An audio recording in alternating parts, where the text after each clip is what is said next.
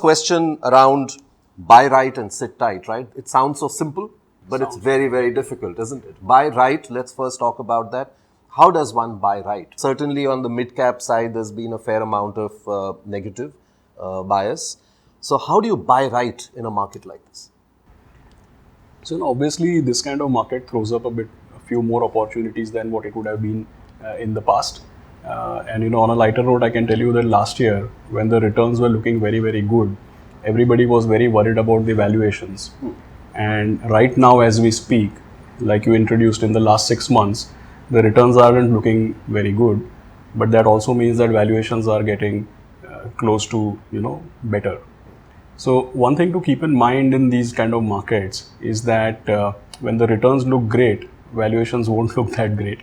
And when valuations start looking better, then obviously no point complaining about the past return. But coming to what you asked, I think that these kind of markets throw up a few more opportunities, because if you see last 1 year, clearly there would be many companies whose earnings have grown by 15-20%, and in the last 6 months itself, their share prices are down by about 15-20%. So that would throw up few more opportunities. There are few things which will start getting attractive.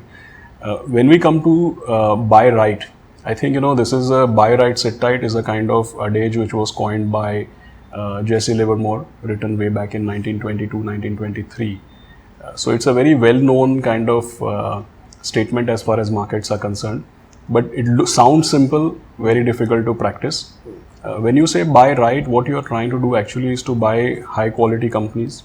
There are certain traits of quality oriented companies which is related to the kind of sector that they are operating in. Are those sectors secular? Do they have managements which are perceived to be great managements? Do they have execution capability? And at the same time, are all the financial parameters like return on equities, the leverage ratios, the rate at which earnings are growing, sustainability of those earnings?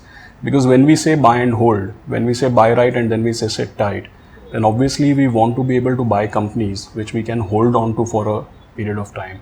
So the growth should not be flash in the pan. There has to be growth which has shown some track record and where we have a visibility that it can sustain for some time to come. Only then we can hold on.